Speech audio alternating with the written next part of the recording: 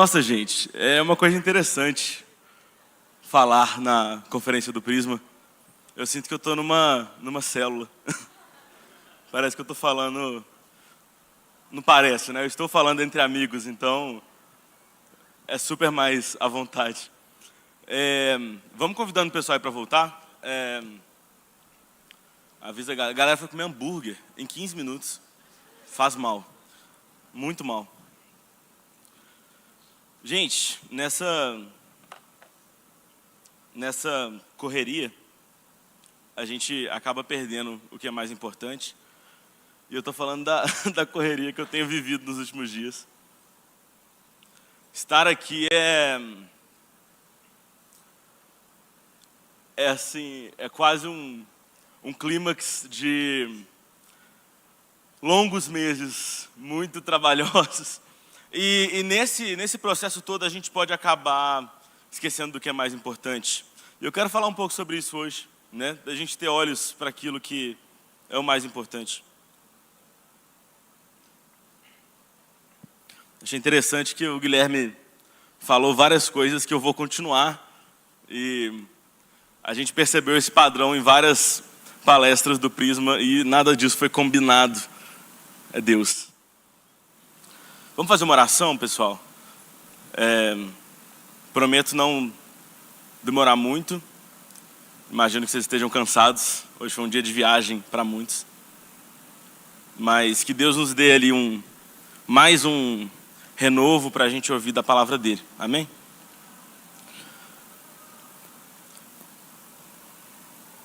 Sabe, antes de orar, eu achei muito legal como que nesse preparativo aí para a conferência, nessa reta final, algumas pessoas decidiram, no grupo dos participantes presenciais, fazer uma reunião de oração. E foi bênção. O Rafael, que estava lá com a gente, inclusive chamou a reunião de ontem de a última ceia. E eu acho que assim, foi a última ceia online, né? Porque agora a gente começa uma ceia presencial. Eu tenho tido essa constante impressão do Filho do Homem distribuindo o coração dele para nós. E esse coração é pão. Esse coração é vida. Esse coração é vida, gente. Então, entenda que tudo que você ouvir nessa conferência, todas as palestras, pô, gente, vocês acabaram de ouvir o Guilherme de Carvalho. Ele é facilmente o cara mais inteligente que eu conheço. Entenda, o pão não é a interpretação ou a teoria que ele traz. O pão é a Bíblia. O pão é o que ele leu na Bíblia. É claro que tudo que ele fala nos edifica, é claro que tudo que os pregadores e palestrantes aqui falarem irá nos edificar, mas o que nos alimenta é a Bíblia. Então que a gente tenha reverência diante desse livro, porque é Deus falando diretamente conosco. Amém? Senhor Jesus, nós te louvamos, Pai, porque finalmente chegou esse dia que a gente esperou tanto. Obrigado porque a gente está aqui entre amigos. Obrigado, Jesus, porque hoje eu vi tantos rostos familiares. Obrigado, Pai, por encontrar tanta gente que eu conheço aqui. Obrigado porque são pessoas que a gente conheceu nessa jornada tão aleatória que a gente entrou, mas o Senhor tem formado amigos. Um dia eu estava indo viajar para Carpina, cidade do meu amigo Allen, o autor do texto Somos Todos Edmundo. Ele está aí, eu não sei onde que ele está, mas está aí. E eu lembro que quando eu estava arrumando minha mala, meu pai estava ali do meu lado, e eu comentei com ele, não, eu gosto tanto de ir para outro lugar e ter uma casa para ficar. Quem é que gosta disso? Eu amo essa experiência de chegar em São Paulo, uma cidade tão grande, tão movimentada, e ter várias casas para me hospedar.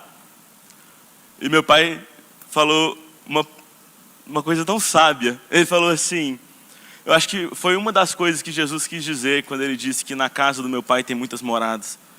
De fato, ele prepara para a gente várias moradas, né? Sim, ele se refere a moradas futuras, mas a gente também pode desfrutar disso agora. A gente habita esse reino de amigos.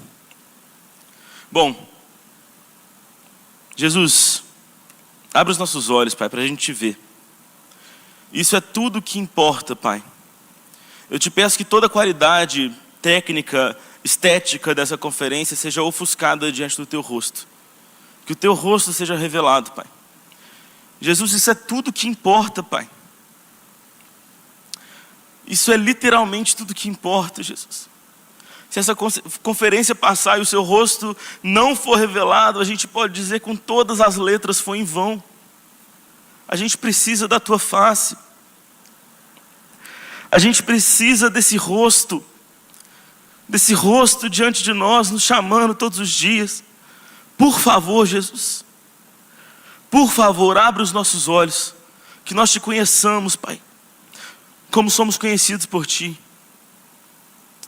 Rompe, Deus, os tampões dos nossos ouvidos, rompe a nossa surdez, ecoa a tua voz, em nome de Jesus. Amém. Uma das perguntas mais importantes que eu posso fazer para vocês nessa noite, inclusive é uma pergunta que norteia a nossa cosmovisão, né? A forma como a gente experimenta a realidade, é a seguinte pergunta: para onde você está indo? Se pergunte aí, em voz alta, para onde você está indo? Para onde você está indo? Qual é a sua motivação? Qual é a sua motivação? Qual é o seu destino? Em direção a que você está indo? E eu sei que essa pergunta é extremamente familiar. Eu sei que tem um montão de gente aqui que já leu Você é Aquilo que Ama, do James Smith. Eu sei que vocês já cansaram de ouvir essa pergunta. Mas a verdade é que essa pergunta ela não é tão fácil de responder. Essa pergunta não é tão fácil de responder porque a gente não sabe para onde a gente está indo. Na maioria das vezes a gente esquece. Sinceramente, muitos jovens nesse instante não sabem para onde estão indo até o dia 5, porque vai fazer Enem. Até lá a única coisa que está preocupando ele é o Enem. E sinceramente, eu não faço ideia do que vem depois. Dia 6 de novembro, eu não sei, nem se eu vou chegar lá. O que importa é que tem no dia 5 um Enem para eu fazer. Eu mesmo, diante da conferência do Prisma, eu não estava vendo o dia 5 de novembro também não. Para mim não existia o dia 5 de novembro. Todo o meu futuro ali que eu estava vendo terminava no dia 4. É só isso que eu estava vendo. Então se você me perguntasse para onde que eu estava indo, eu não ia saber dizer não. Sinceramente, eu não ia saber dizer não. A gente acaba não conseguindo projetar nada para além desse dia. E parece que nesse caso, meditar sobre qual é o nosso sonho, qual é o nosso desejo, qual é o nosso propósito, pode parecer uma pergunta até meio arrogante, uma pergunta meio megalomaníaca. Meu sonho, eu quero passar no Enem. Meu desejo maior do coração, eu quero pagar os boletos no fim do mês. É isso que eu quero. Eu vou falar um terrível, tá? Meu sonho, eu quero tirar a carteira de motorista. Misericórdia. Você não vê mais nada além disso, né? Então assim, a gente não está preocupado com o nosso sonho, com o nosso desejo maior. E muitas vezes ele está realmente escondido. Mas ele está lá. E essa é uma armadilha que a gente não pode cair. Tem um desejo no seu coração. Tem um lugar ideal que você quer chegar. E ele é muito perigoso. Ele é muito perigoso. A gente concorda com Agostinho. Nosso coração está inquieto. E ele está procurando um lugar de repouso. Talvez você não consiga enxergar qual que seja essa força matriz. Mas essa força motriz Desculpa, eu não sou de nenhuma área. Agora que eu lembrei, eu tenho 6 formações incompletas. Misericórdia. Talvez você não saiba qual é a sua força motriz. Mas ela te vê. Ela te vê demais. Ela te contempla. Ela te perturba. E ela vem te incomodar no lugar mais secreto da sua vida. Ou pelo menos no lugar que deveria ser mais secreto da sua vida. No lugar que ninguém deveria entrar. No lugar que é só você e mais algo. Nesse lugar secreto, o nosso desejo, as nossas ambições vêm nos perturbar. Eu me refiro à oração. Porque o lugar secreto é só eu e Deus. Eu e Deus. E de repente, eu percebo nas minhas orações aquela vozinha sussurrando. De repente eu percebo nas minhas orações uma outra motivação orando. Eu quero falar, Senhor, seja feita a tua vontade, mas por favor, deixa isso acontecer. E eu percebo algo invadindo as minhas orações. Como o meu amigo ali que parece o The Chosen. Olha ali, ó. Levanta aí para todo mundo ver ele. Eu estou igual o pastor americano mostrando a esposa dele, né, velho? Olha que linda! Não, é o The Chosen, ele chama Mateus. Ele é designer no Prisma, gente. A gente está conversando há um tempo já sobre esse verme que está grudado na gente. Esse verme do pecado, que ele fica nos assediando constantemente. E ele aparece nas entrelinhas da nossa oração. Novamente, o Agostinho, ele confessa isso nas suas confissões. Quando ele orava por castidade, quando ele orava por pureza, como é que era a oração dele? Senhor, faz-me casto, em nome de Jesus, amém. Não era assim a oração dele. Ele queria orar isso, mas ele percebia no meio daquela oração uma outra sentença que surgia. Senhor, faz-me casto, mas ainda não, amém. É engraçado, mas no fundo a gente faz isso o tempo todo. No fundo a gente está o tempo todo inserindo na nossa oração essas nossas ambições. A gente está diante daquele que é digno de toda honra, aquele que é digno de toda a nossa devoção, de toda a nossa entrega, como o Guilherme falou agora, de todo o nosso sacrifício, e a gente está preocupado demais com as nossas ambições. Gente, a questão não é ter uma ambição, a questão não é ter um sonho, de jeito nenhum. É claro que você pode sonhar. É isso mesmo, você deve sonhar, é bom. O problema é quando isso usurpa o centro da sua vida. O lugar que é de Deus. Existe um lugar que só pertence a Deus. E as nossas ambições vêm para nos assediar e para usurpar esse centro da nossa vida. E ela toma. E a gente não percebe. E nesse movimento, a gente transforma Deus em um meio para chegar a um fim. Justo Deus, que é o fim da nossa existência, né, o motivo pelo qual nós somos criados, dá glória a Deus, de repente ele se torna um meio para um fim.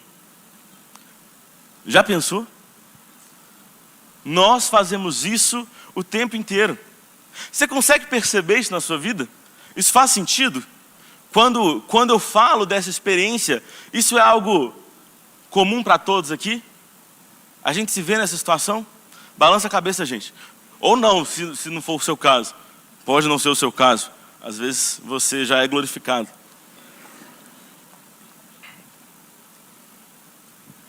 E nós estamos buscando esse lugar chamado lá. Quando eu chegar lá, aí eu serei feliz. Quando eu chegar lá, aí eu estarei satisfeito. Quando eu chegar lá, aí eu serei completo. E a verdade é que, quando eu falo desse lá, todo mundo aqui sabe muito bem do que eu estou falando, mas ao mesmo tempo, ninguém sabe do que a gente está falando aqui. O que é lá? Onde é esse lá? O que é esse lá? Qual é a aparência desse lá? A gente não sabe. Mas é lá. É lá. Toda época tem o seu Baal. E o lá é o nosso. Lá. Tem uma música que a gente aprende na musicalização quando a gente é pequeno, que é a música para aprender as notas musicais, né, o Dó, um dia, um lindo dia. Quem que conhece essa música? Poucas pessoas. Eu descobri isso escrevendo essa pregação. Eu fiquei assim, gente, para mim todo mundo conhecia. Era tipo a música do Danoninho. Eu achava que era tão famosa nesse nível. Mas não, ninguém conhece. Enfim, eu descobri hoje que é da Noviça Rebelde, essa música. Mas a música, quando ela chega no lá, ela fala, lá é bem longe daqui. E de fato, lá é muito longe daqui. Pessoal, se a nossa vida for baseada nesse futuro que não é o Senhor, a gente pode afirmar junto com o apóstolo Paulo, nós somos os mais miseráveis de todos os homens. Nessa noite eu queria meditar sobre alguns homens que não chegaram lá. E ainda assim eles foram aprovados por Deus. Abram aí a Bíblia, em Hebreus 11. Estou falando que é uma continuação do Guilherme. Hebreus 11. Eu vou ler esse capítulo inteiro. E mais 2 versículos do capítulo 12. Vamos lá.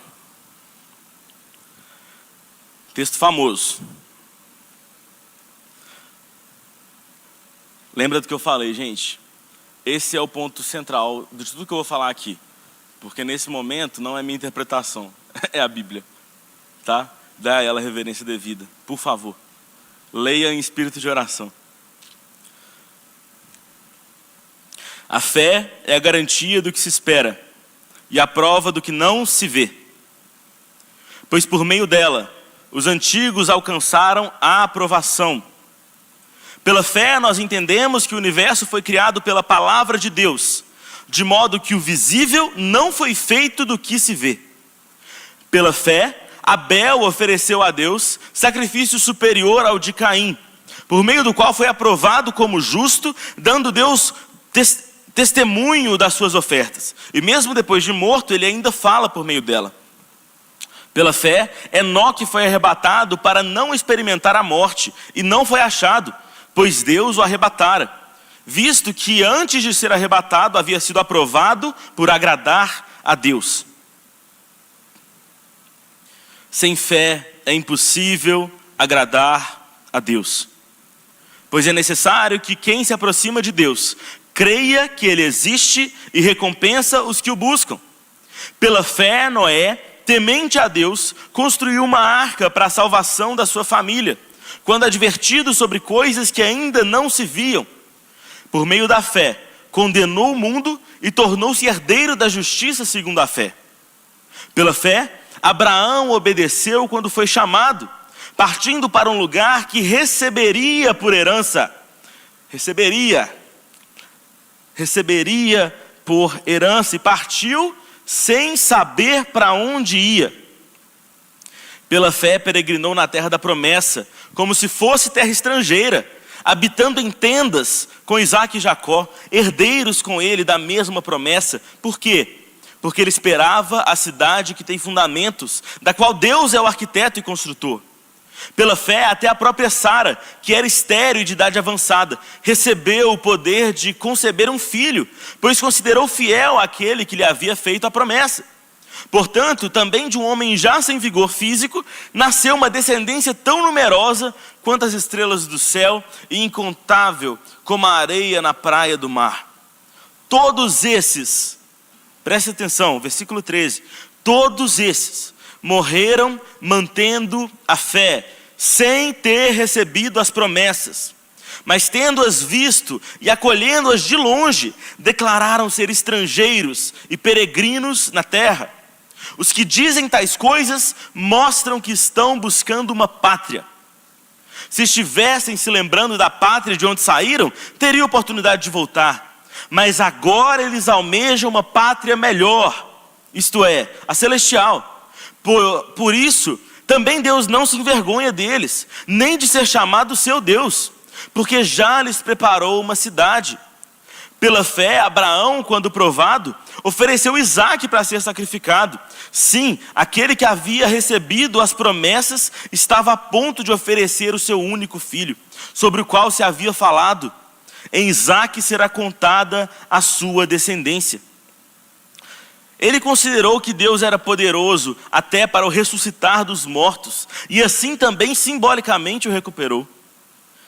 Eu amo esse versículo. Pela fé, Isaque abençoou Jacó e Esaú no tocante às coisas que ainda aconteceriam.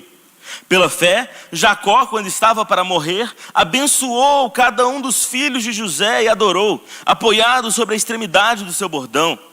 Pela fé, José, próximo do seu fim, fez menção da saída dos filhos de Israel do Egito e deu ordens relativas aos seus ossos. Porque ele não queria que seus ossos fossem enterrados na terra do Egito. Tirem meus ossos daqui, levem para a terra prometida. Pela fé, Moisés, assim que nasceu, foi escondido por seus pais durante 3 meses, pois viram que o menino era belo e não temeram o decreto do rei. Pela fé, Moisés, já adulto, recusou ser chamado filho da filha do faraó, escolhendo, pelo contrário, ser maltratado com o povo de Deus, em vez de experimentar por algum tempo os prazeres do pecado. Ele considerou a afronta de Cristo como uma riqueza maior do que os tesouros do Egito, pois tinha em vista a recompensa. Pela fé ele deixou o Egito, não temendo a ira do rei, e perseverou como quem vê aquele que é invisível. Pela fé celebrou a Páscoa e a aspersão do sangue, para que o destruidor não tocasse nos primogênitos. Pela fé, os israelitas atravessaram o Mar Vermelho como se estivessem em terra seca. Ao tentarem fazer o mesmo, os egípcios afogaram-se. Pela fé os muros de Jericó caíram depois de rodeados por 7 dias. Pela fé a prostituta Raabe não morreu com os desobedientes, pois acolheu em paz os espias. E que mais direi? Pois me faltará tempo de eu falar de Gideão, Baraque, Sansão, Jefité, Davi, Samuel e dos profetas. Estes, por meio da fé, venceram reinos, praticaram a justiça, alcançaram promessas, fecharam a boca de leões, apagaram a força do fogo, escaparam ao fio da espada, da fraqueza tiraram força, tornaram-se poderosos na guerra, puseram em fuga exércitos estrangeiros. Algumas mulheres receberam pela ressurreição os seus mortos. Alguns foram torturados e não aceitaram ser livrados para alcançar uma melhor ressurreição. E outros experimentaram zombaria e espancamentos, correntes e prisões. Foram apedrejados e provados, cerrados ao meio, morreram ao fio da espada, andaram vestidos de peles de ovelhas e de cabras, necessitados, aflitos e maltratados. O mundo não era digno dessas pessoas. Andaram vagando por desertos e montes, por cavernas e buracos da terra. Versículo 39. E todos eles, embora recebendo bom testemunho pela fé, não obtiveram a promessa, visto que Deus havia providenciado algo melhor a nosso respeito, para que sem nós eles não fossem aperfeiçoados. Capítulo 12. Portanto, também nós, rodeados de tão grande nuvem de testemunhas, depois de eliminar tudo o que nos impede de prosseguir e o pecado que nos assedia, corramos com perseverança a corrida que nos está proposta, fixando os olhos em Jesus, o autor e consumador da nossa fé, o qual, por causa da alegria que lhe estava proposta, suportou a cruz, não fazendo caso da vergonha que sofreu, e está sentado à direita do trono de Deus. Amém. Posso ir embora. Esse texto é bem conhecido. A lista dos heróis da fé. A lista dos heróis da fé. Uma lista de homens e mulheres que haviam recebido uma promessa, mas não viram a sua realização. Isso às vezes na nossa cabeça dá um bug, né? Como é que pode? Deus prometeu e não cumpriu? Não, ele cumpriu. Mas não era enquanto eles estavam vivos. Ele cumpriu depois. Olha Abraão, por exemplo. Dele viria uma descendência numerosa. Ele só viu Isaac. Será que a gente está disposto a ver só Isaac? Ou até menos?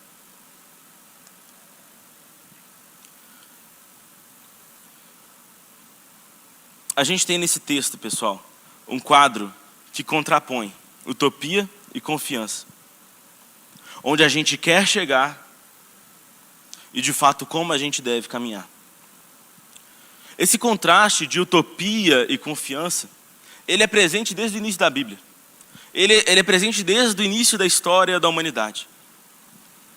Quando Adão e Eva estavam diante daquela possibilidade de pecar, ali eles não estavam diante de uma escolha entre bem e mal. Entenda, a árvore era do conhecimento do bem e do mal, ou seja, eles não conheciam bem e o mal. A escolha que eles tinham para fazer ali não era entre bem e mal. Apesar de que, olhando desse lado da história, a gente sabe o que era bem e o que era mal ali. Mas, diante de Adão e Eva, não estava essa decisão específica entre o bem e o mal. Diante de Adão e Eva, estava a escolha de governar o mundo como fiéis mordomos de Deus, do jeito de Deus, como o Gui acabou de falar aqui, né? Como esse templo representante de Deus na terra, governar dessa forma, da forma como o Criador estabeleceu para que eles fizessem, ou pegar o cetro e governar do próprio jeito. Essa era a escolha que eles tinham. Governar do jeito de Deus ou governar do próprio jeito. Ter em Deus a referência de todas as coisas ou criar para si mesmo. Usar o seu próprio padrão moral, a sua própria noção do que é certo e do que é errado. Essa foi a escolha de Adão e Eva. Esses eram os dois caminhos colocados diante de Adão e Eva. E a verdade é que esses são os dois caminhos que existem hoje diante de nós. E quando eu falo hoje diante de nós, eu me refiro a todos os momentos. O tempo inteiro. A gente tem dois caminhos diante de nós. Fazer do meu jeito ou fazer do jeito de Deus. Para a gente entender essa história, para a gente entender esse contraste melhor, eu acho que uma ilustração cabe muito bem aqui. Diante de nós tem duas escadas. Duas escadas. E a primeira escada, ela é totalmente visível. Você vê ela toda. Você vê ela completa. Sabe quando você olha no horizonte e as coisas começam a ficar desfocadas, você não vê mais? Não é disso que eu estou falando. Eu estou falando de uma escada que você vê tudo. Nada fica desfocado, é 100% nítida. Você vê cada detalhe daquela escada. Você vê cada degrau, você vê cada passo. E você vê o último degrau, brilhando como a luz do sol. Um degrau maravilhoso, glorioso. Um degrau chamado lá. Você vê a escada. Você vê a escada e ela é atraente. Ela é profundamente atraente. Mas quando você pisa nela, ela desmorona. Porque ela é uma escada ilusória. Essa escada, gente, não nos leva lá. Inclusive o nome dessa palestra é Você Não Vai Chegar Lá. Você não vai. No momento em que você tentar chegar lá, você vai descobrir que essa escada ela é feita de areia e ela cai. Ela é bonita, mas ela é feita de areia. A qualidade dela é péssima. E ela não te sustenta, ela não te leva lá. Ela não te leva lá. Do outro lado nós temos uma escada muito diferente. E essa escada, ela não é visível. Ela é uma escada invisível. Nessa escada invisível a gente vê apenas o primeiro degrau. E para ser sincero, a gente vê também o último, mas a gente não vê o último, a gente sabe só da qualidade dele. A gente sabe que ele é bom, perfeito e agradável. Mas é a única coisa que a gente sabe. O resto é tudo invisível. Só o primeiro degrau que está lá. Só o primeiro degrau que a gente vê. E quando a gente pisa no primeiro degrau, a gente vê o segundo. Quando a gente pisa no segundo, a gente vê o terceiro. Ah, mas se eu pisar no quarto e aparecer o quinto e o sexto? Não. Não. Porque no momento em que você vê um a mais, a gente tem a estúpida habilidade de transformar essa escada na primeira escada. No momento em que a gente vê um degrauzinho a mais, a gente dá um jeito de subir aqueles pequenos 2 degraus do nosso jeito. Do nosso jeito. São essas 2 escadas que tem diante de nós. E a mentalidade delas é oposta. A mentalidade da primeira escada é a seguinte: você vê lá e você fala, Deus, vem comigo, me ajuda a chegar lá. A escada invisível, você fala, Senhor, tanto faz para onde eu vou, eu quero ir com você. Eu quero ir com você. Não me importa para onde eu vou, você precisa estar comigo. O Senhor precisa estar comigo. Nessa escada visível, é como se a gente invertesse o papel do chamado ao discipulado. Porque no chamado na escada visível, a gente olha para Jesus e fala, você, siga-me. Não é esse o chamado ao discipulado. Mas a escada visível nos leva a esse lugar. A escada visível é a escada onde nós estamos a maioria das vezes, pessoal. Tá bom? Eu não vou ficar tentando ser sutil aqui para não falar, tipo, talvez você tenha esse problema. Nós temos, ok? Fica de aviso. Nós temos esse problema. E a gente quer seguir do nosso jeito. E a gente quer chegar no lá a qualquer custo. E Deus é uma ferramenta para chegar até lá. Deus é um instrumento para chegar até lá. Deus é um meio para um fim. Não, mas Deus ele está mostrando que é outro caminho. Então eu vou moldar Deus. Eu vou modificar Ele. Eu vou mexer nele. Vou transformar Ele. Para Ele se adaptar à minha escada. Eu vou transformar Deus. Eu vou fazer Ele ficar um Deus que gosta do meu caminho. Eu vou fazer Ele ficar um Deus que gosta do meu caminho. E gente, quando eu falo assim, parece que essa escada visível, né, é a escada da galera que está vivendo assim, na promiscuidade absoluta, né? Mas não. A gente tem a brilhante capacidade também de transformar os sonhos que Deus coloca no nosso coração em ídolos. E eu faço uma confissão aqui. É até interessante a gente estar aqui na IP Alpha, porque a ideia do Prisma, ela renasceu mesmo no show do Sola, né? No Advento Tour. E lá eu tive, né, essa impressão, eu olhei para as pessoas cantando da vida ao melhor, e eu senti muito no meu coração um desejo de ver as pessoas glorificando a Deus de forma integral, né? Esse é o sonho do Prisma. A gente sonha com isso. Mas pessoal, quantas vezes eu já me vi amando mais esse sonho do que a Deus? E eu te pergunto, me explica isso. Não faz sentido. Como é que eu posso querer, né, que pessoas glorifiquem a Deus mais do que eu quero o próprio Deus? Tem alguma coisa errada aí. No fundo, essa incoerência revela que talvez o meu sonho esteja no lugar errado. As nossas escadas visíveis, gente, elas podem parecer maravilhosas.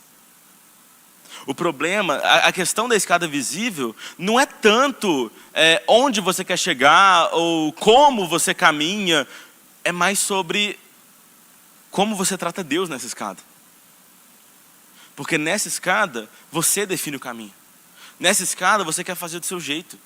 E isso pode ser lindo. Pode ser um ministério pastoral. Pode ser um trabalho missionário na África. Pode ser um projeto de doação cabuloso. E é isso aí. Mas você está fazendo do seu jeito. E como disse C.S. Lewis, até o amor pode virar um demônio. A gente tem que tomar muito cuidado. Porque essa escada, ela é muito, muito sutil.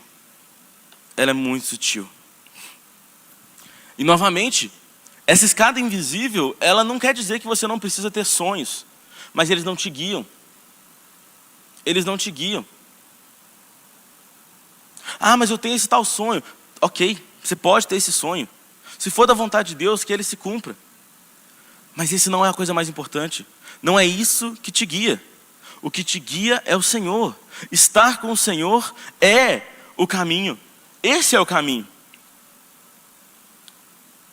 E é interessante nesse texto que a gente acabou de ler, no versículo 17, confiram aí. Vai falar de Abraão sacrificando Isaque. Pela fé, Abraão, quando provado, ofereceu Isaque para ser sacrificado. Sim, aquele que havia recebido as promessas estava a ponto de oferecer o seu único filho, sobre o qual havia se falado: em Isaque será contada a tua descendência. Gente, às vezes Deus nos conduz para caminhos muito contraintuitivos. Isso acontece. Muitas vezes, Deus nos leva para caminhos que não fazem sentido nenhum para a gente. Não fazem sentido nenhum. Como pode o filho da promessa ser sacrificado? Vai acabar a descendência. Vai acabar a descendência.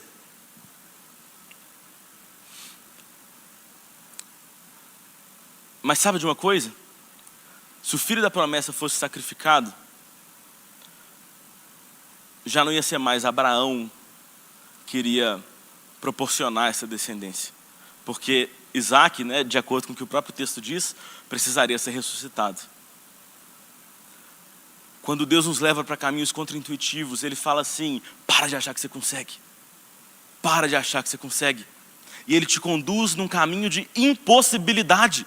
Um caminho sobrenatural. Um caminho onde naturalmente você não consegue resolver. Um caminho que não tem opção. Você só pode confiar em Deus. Você só pode confiar em Deus. E esse caminho dói, gente. O caminho de Jesus dói muito. Jesus nos chama a caminhar por lugares assim que não fazem sentido, que a gente fala: meu Deus, podia tanto ser dessa forma aqui, por que você quer que eu faça dessa forma? Recentemente eu assumi uma responsabilidade na minha igreja. E rapidamente eu percebi que ela seria um desafio grande demais para mim. Envolvia algumas pessoas. E eu percebi que talvez a minha falta de ânimo poderia ser até prejudicial para elas. Falei: Deus, eu não posso fazer isso. Eu não posso conduzir isso. E eu comecei a bolar uma estratégia. Eu comecei a bolar uma estratégia muito bem calculada. Eu comecei a pensar em como sair daquela situação onde todos fossem acolhidos, onde todos fossem bem recebidos, onde todos ficassem debaixo de alguém ali para que eles não se machucassem. Eu comecei a formular uma estratégia sensacional, apresentei para o meu pastor, apresentei para os meus líderes e falei: olha aqui, e se a gente fizesse dessa forma? E todo mundo achou ótimo, todo mundo achou que era realmente uma estratégia ótima. Era linda, a escada visível é linda. Então, eu fui dormir num dia, e na noite, durante o sono, Deus começou a ministrar no meu coração: aos seus amados Deus dá enquanto dormem. E Ele começou a falar comigo ali: você está fazendo do seu jeito, você está subindo a sua escada, para de fazer do seu jeito. Você está falando que é impossível, é porque é mesmo. É impossível mesmo. Tem que ser impossível, porque quando for impossível você vai reconhecer que só eu posso fazer. Só Deus pode fazer. O caminho de Jesus é doloroso. E muitas vezes ele não faz sentido. Muitas vezes ele parece estúpido diante das nossas estratégias maravilhosas. Mas eu quero ler um trecho de Lutero para vocês.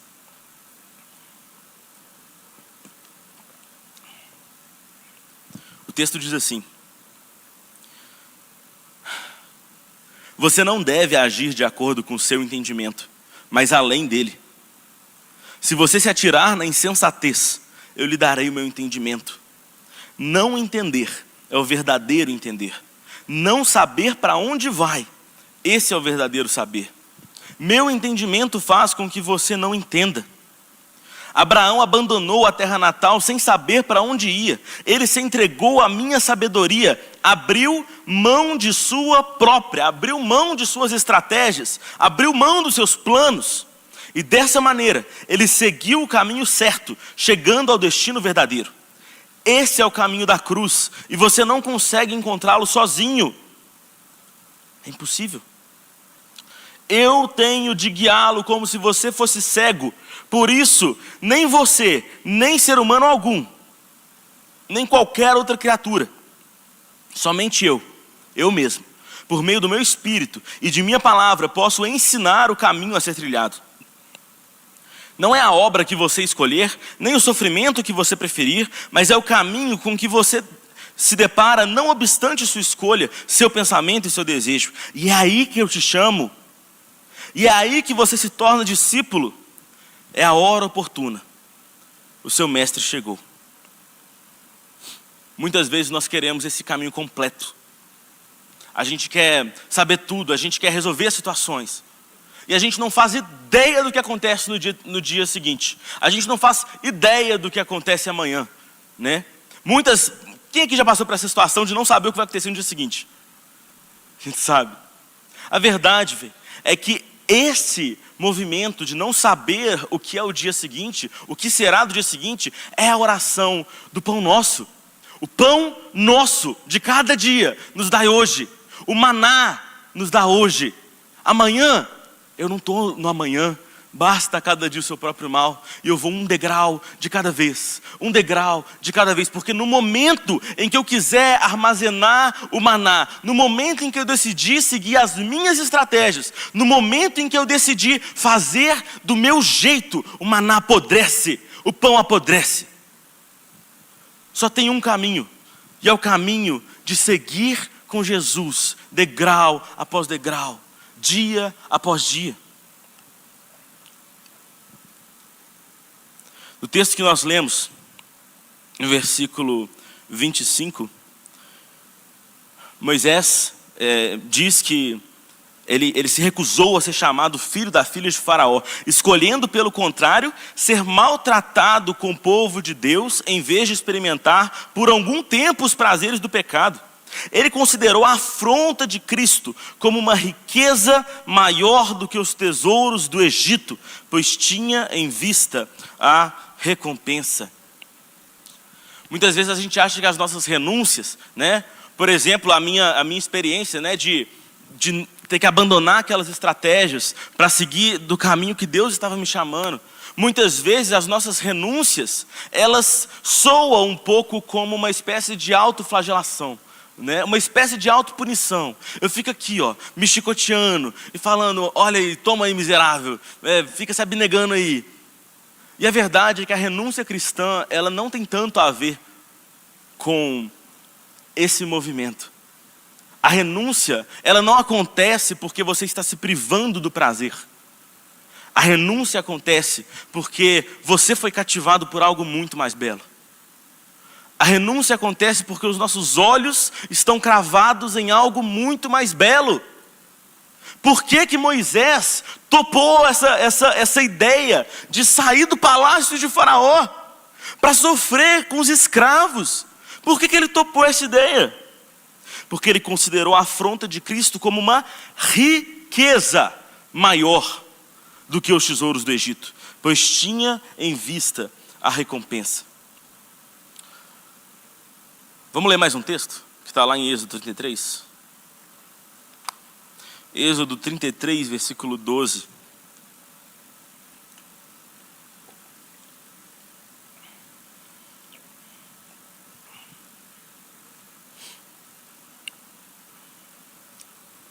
Diz assim: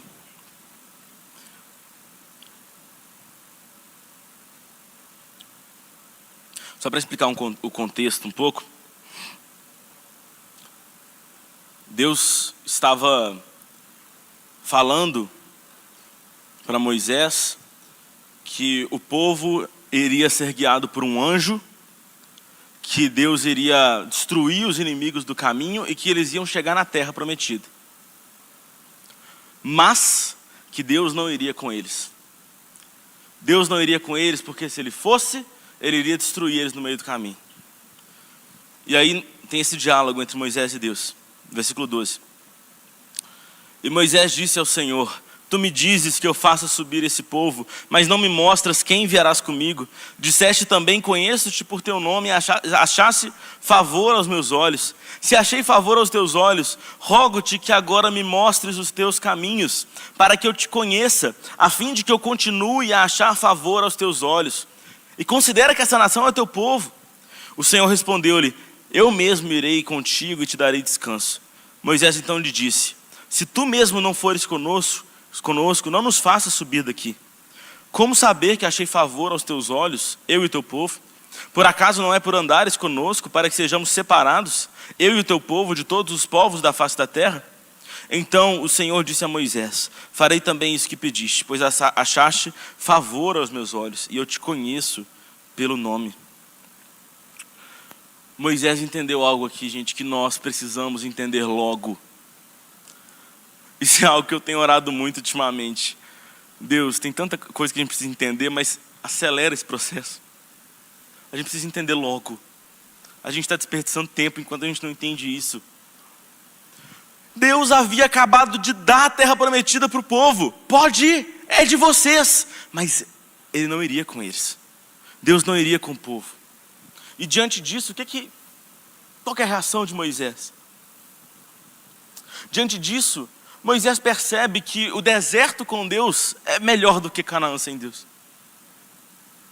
O deserto com Deus é melhor do que Canaã sem Deus. Canaã sem Jesus não faz sentido, porque Jesus é a recompensa. Jesus é a recompensa. Deus é a pátria que nós estamos procurando. Deus é a pátria que nós estamos procurando. Jesus é essa boa terra. Jesus é a terra prometida. Ele é a fonte, o manancial de águas vivas. Ele é a nova Jerusalém. Jesus é o destino.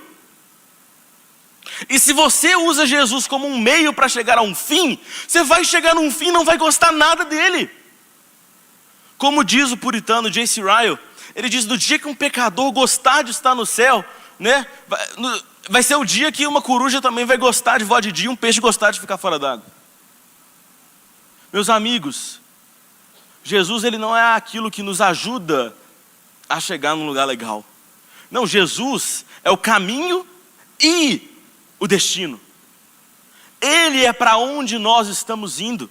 Jesus é onde nós estamos indo. É por isso que José, ele pede para que os ossos dele sejam levados para a terra prometida, para que ele não fosse enterrado na terra do Egito.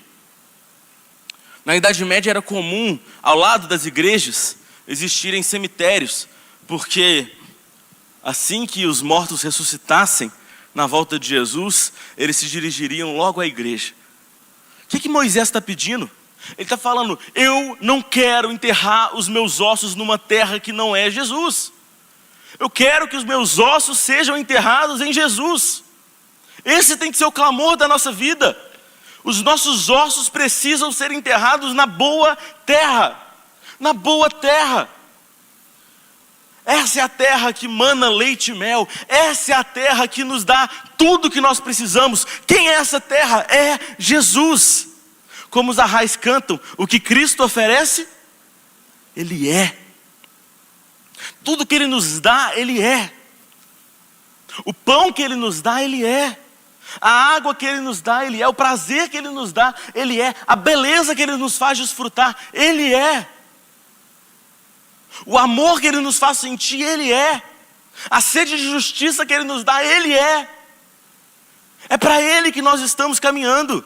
Ele é o dono dos nossos afetos. Ele é aquele pelo qual nós buscamos. Essa é a nossa pátria. A nossa pátria não é uma cidade que tem Deus. A nossa pátria é Deus. É para lá que nós vamos. É para lá que nós vamos. E é claro É claro que Canaã com Deus é muito melhor do que o deserto com Deus. Mas a verdade é que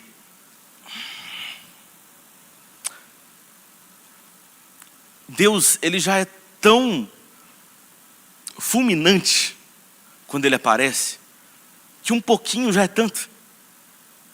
Moisés viu a glória de Deus de costas, através de uma fenda da rocha. Ele não viu muito, mas aquilo bastou. E nós vamos ver tudo. A verdade é que nós já podemos experimentar dessa vida eterna hoje. A vida eterna é o quê? Que conheçam a ti e ao Filho a quem tu enviaste. Essa é a vida eterna. Nós já podemos experimentar dessa vida eterna hoje.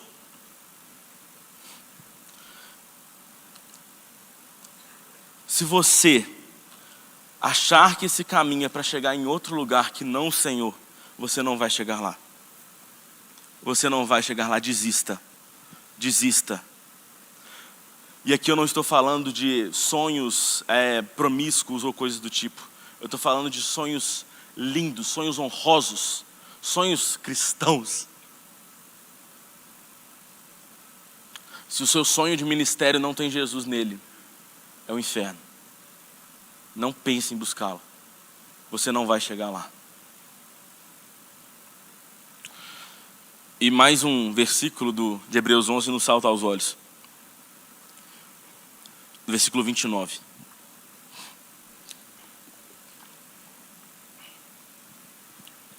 Pela fé, os israelitas atravessaram o Mar Vermelho como se fosse em terra seca. Ao tentarem fazer o mesmo, os discípulos, os egípcios, afogaram-se. Eles atravessaram o Mar Vermelho como se fosse em terra seca. E quando os egípcios acharam que eles conseguiam fazer isso, eles se afogaram. Parece uma história da Bíblia, né? Pedro andando sobre as águas. Jesus chama Pedro. E ele atravessa como se fosse em terra seca. Mas assim como os egípcios, ele acha que ele dá conta. Ele olha para as circunstâncias, porque ele para de olhar para o mestre e ele afunda. Ele se afoga. O discipulado cristão, o caminho da fé, e isso tem que ficar muito claro aqui, gente, é um caminho impossível. É um caminho que você não consegue trilhar sozinho. É um caminho impossível. É impossível. No momento em que você achar que consegue trilhar sozinho, você vai se afogar. Que a gente entenda isso o mais rápido possível. No momento em que você achar que você consegue sozinho, você vai se afogar. Quando a gente olha, para o chamado cristão, muitas vezes em discípulos ou até em amigos nossos, a gente pensa, poxa, é um processo muito natural, né? É um processo muito natural. Veja Pedro, eu sempre cito Pedro, veja Pedro sendo chamado por Jesus a largar suas redes. Pedro largou suas redes e seguiu o mestre, mas está aí uma cena bem natural, uma cena extremamente natural. Pô, se eu tivesse ele pescando e chegasse um cara inteligente, chegasse um Guilherme de Carvalho ali e falasse assim, segue-me, eu ia. Cadê o sobrenatural nisso? Mas é aí que está. Aparentemente é natural. A aparência é de que nada mudou. Mas algo ali dentro mudou completamente. Algo ali dentro mudou completamente. Quando Jesus chama Pedro, agora não para largar as redes e seguir em terra firme, mas para sair do barco e andar sobre as águas, ali nós vemos que o processo não é natural. Não é um processo possível, não é um processo humano. É um processo sobrenatural. Quando Jesus chama Pedro, Pedro não estava confiando na capacidade dele de se firmar nas águas. A fé de Pedro não estava nisso. No momento em que Pedro pisa nas águas, ele não estava confiando em alguma física esquisita da água ali, alguma propriedade esquisita da água, que ia permitir com que ele caminhasse sobre as águas. Pedro não estava colocando a fé dele naquela água. Pedro não estava andando sobre as águas. Pedro estava andando sobre as palavras de Jesus. Jesus chamou e ele disse: vem. E se ele disse vem, ele coloca o caminho. Se ele disse vem, ele possibilita a estrada. Mesmo que seja água. Mesmo que seja água. E no momento em que Pedro olha para o lado e ele para de olhar para o chamado, para o siga-me, para o vem, ele cai, ele afunda. Por isso, gente, esse chamado, ele tem que ressoar aos nossos ouvidos todos os dias. Esse quadro que está aqui atrás, quem aqui sabe que quadro que é esse? Ninguém? Levanta a mão mais alta aí. Não, você viu fazendo. Esse quadro é um quadro do Caravaggio. Esse quadro é o chamado de Mateus. Mateus é esse que está logo do lado do U, que está apontando para si, né? Eu? Você está me chamando? Eu gosto desse quadro porque ele é uma pintura barroca. E como toda pintura barroca, o contraste de luz e sombra é muito forte. E eu adoro essa estética porque ela representa muito bem aquilo que nós lidamos quando Jesus nos chama. Quem aqui já viu o episódio do Mateus do The Chosen? Aí, ó, massa. Não, mano, The Chosen está me ajudando muito nas pregações de vez em quando. Amém. Tá vendo? Depois eu tenho que falar sobre a escada visível e a escada invisível. A escada visível é ver The Chosen, a escada invisível é a Bíblia. Enfim, amém. Não, um dia desse eu citei um versículo e eu achei que era do The Chosen. Era da Bíblia. No momento em que Jesus chama Mateus, a gente vê ali aquela cena cheia de gente, né? Aquela bagunça ali da cidade, os guardas, os judeus, a gente vê ali os discípulos, a gente vê toda aquela confusão que está acontecendo ali. Mas quando Jesus chama Mateus, e aí o The Chosen não mostra isso, tá? Quando Jesus chama Mateus, quando Jesus chama você, quando Jesus chama o discípulo dele, tudo ao redor escurece. Tudo ao redor apaga. A sua profissão apaga. A sua família apaga. Os seus amigos apagam. A sua cidade apaga. Os seus dons apagam. Tudo apaga. Não, mas como assim? Deus apaga as bênçãos que Ele me deu? Não é isso. Elas permanecem. Mas nesse instante, tem algo mais importante. Nesse instante, só tem você e o Mestre. Você está numa sala escura. E só tem você e Jesus. Só tem você e Jesus. Essa é a sala do discipulado. Esse é o contexto do discipulado. Jesus nos chama e fala: siga-me. Siga-me. Quando Ele chama, tudo apaga. Tudo fica escuro. E agora é só eu e Jesus. E agora eu só vejo Jesus. Agora a minha única relação direta é com Jesus. E quem vê o Pacheco do lado de fora, não vê mais eu. Vê a Cristo. Porque já não sou mais eu que vivo. Eu estou lá nessa sala escura, só tem eu e Jesus. Mas aqui, agora eu tenho uma relação indireta com todas as coisas. Eu não me relaciono mais diretamente com nada, porque Cristo é o meu mediador. Ele faz a intercessão entre todas as coisas. Mas eu estou numa sala escura e só tem eu e o Mestre. E essa situação, ela não acontece só no instante inicial da nossa conversão, né? No momento em que você fez uma primeira oração, ou seja o que for. Essa sala escura é para o resto da sua vida.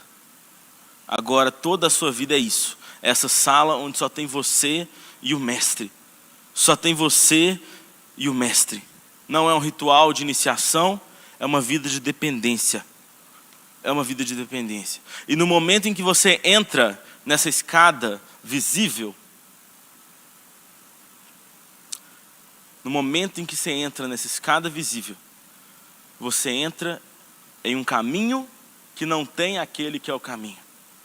Você sai do caminho. No momento em que você começa a olhar para outra coisa que não o mestre, as coisas se desconfiguram na sua vida. Nós temos que olhar só para o mestre. A nossa vida agora é só essa. É o mestre. A expressão mais poderosa que um crente pode ouvir é: siga-me. Esse é o chamado de Jesus para você. Siga-me. E de repente, está vendo esse tanto de gente aqui? Não tem mais. Só tem você e o mestre. Só tem você e o mestre, ele te chama. E esse rosto de Jesus, ele é o nosso norte agora. Ele é o nosso norte. Jesus é o capitão do nosso navio. Jesus é aquele onde nós estamos assentados tranquilamente num barco, porque nós sabemos que ele é o capitão do nosso navio. E a gente está num mar escuro à noite, a gente não vê nada, a gente só vê o capitão. Mas ao mesmo tempo a gente sabe que esse capitão não é qualquer capitão. Esse capitão é aquele que coloca as estrelas no céu. Esse capitão é aquele que sopra o vento para empurrar a embarcação. Esse capitão, ele nos guia. Esse capitão nos levará em segurança até o destino. Até o destino. E nesse destino, a gente não vai estar mais nessa sala escura. A gente vai ser perfeito. A gente vai ser glorificado. Mas ainda assim, a gente não vai conseguir olhar para outra coisa. Porque ele cativou o nosso olhar. Ele cativou os nossos olhos. Não tem coisa mais bela do que ele. Não tem coisa mais atraente do que ele. Não tem coisa mais amável do que ele. E é por isso que eu oro para que Jesus se manifeste aqui. Eu não oro para que Jesus se manifeste aqui porque vai ser uma experiência legal que você vai sentir ou algo do tipo. Não. É porque quando você vê o rosto de Jesus de fato, você está preso. Ele se torna o capitão do seu navio. E você não consegue mais olhar para outra coisa. Nesse instante, você não consegue mais olhar para outra coisa. Nenhuma dessas pessoas que a gente leu em Hebreus 11 receberam a promessa. Todos eles queriam receber a promessa, mas eles não receberam a promessa. Eles não viram o Messias. Mas nós vimos. Essa promessa que eles não receberam, nós recebemos. Nós da fé recebemos a promessa. Nós conhecemos o Messias. Nós conhecemos o Mestre. Nós conhecemos o Cristo. E portanto, também nós, rodeados de tão grande nuvem de testemunhas, depois de eliminar tudo que nos impede de prosseguir e o pecado que nos assedia, corramos com perseverança a corrida que nos está proposta, fixando os olhos em Jesus, o autor e consumador da nossa fé. Daqui até o dia que a gente ser chamado pelo Senhor, a nossa vida deve ser de olhar fixamente para Ele. Olhe fixamente para Jesus. E desista logo das suas estratégias. Desista o mais rápido possível. Eu lembro de Jesus falando para Judas, né? O que for que você for fazer, faz logo, né? Fala isso para Deus também. Deus, faz logo. Faz logo. Desiste das suas estratégias. Desiste dos seus planos. Eles não vão te levar a lugar nenhum. Queria encerrar citando uma música do John Foreman, o vocalista do Sweetfoot. Ele tem uma música que chama The Ocean Beyond the Sea, o oceano além do mar. Nessa música, o John Foreman, ele canta que há um oceano que está além desse mar que a gente pode ver. Mas nenhum navegador consegue chegar nesse oceano.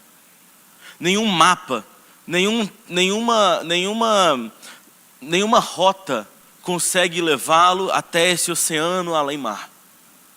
Nada leva ele lá. E sabe qual sabe qual é o segredo para chegar nesse oceano?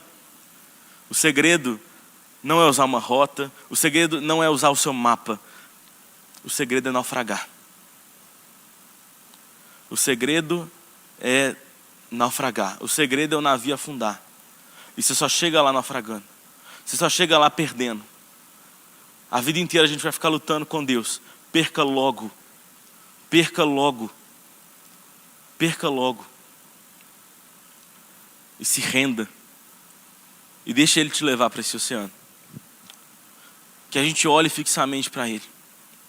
Pessoal, nessa vida entre mundos, o Prisma assim, sempre foi muito essa incubadora de ideias mirabolantes. A gente conhece muita gente com ideias sensacionais e a gente quer colocar elas em prática, né? O Matheus Ortega está aí com ideias mirabolantes, o Danilo está aí também com ideias sensacionais e a gente quer ver tudo isso em prática. Mas se a gente tira Jesus desse caminho, a gente não está fazendo nada. Jesus precisa ser o nosso guia, Ele precisa ser o nosso capitão. Amém? Vou fazer uma oração. Senhor, obrigado, Pai, porque o Senhor nos promete levar até a nossa casa em segurança. Obrigado, Jesus, porque o Senhor nos cativou de tal forma, Deus. O Senhor nos cativou de tal forma. Nossos olhos não querem olhar para mais nada, Jesus. Nos livra, Deus. Nos livra da nossa cobiça, Pai. Nos livra de ser tentado a olhar para outra coisa que não o Senhor. Nos livra de construir impérios cristãos sem Deus. Nos livra, Senhor. Nos ajuda a abandonar as nossas estratégias. Nos ajuda a seguir nessa escada invisível. Um dia de cada vez. Um dia de cada vez. Porque o que importa é estar em comunhão com o Senhor. É isso que importa. Tudo que nós temos é o Senhor. Jesus, nós não queremos Canaã sem o Senhor. Eu creio que eu posso dizer isso por todos aqui, Pai. Nós não queremos a recompensa se a recompensa não for o Senhor. Nos ajuda, Senhor, a ter o nosso coração no lugar certo. Por favor, tem misericórdia. Tem misericórdia. Obrigado, Pai, pelo que o Senhor já está fazendo aqui e vai continuar fazendo. Novamente, revele-se a nós. Mostra o teu rosto, porque isso é suficiente. Em nome de Jesus. Amém.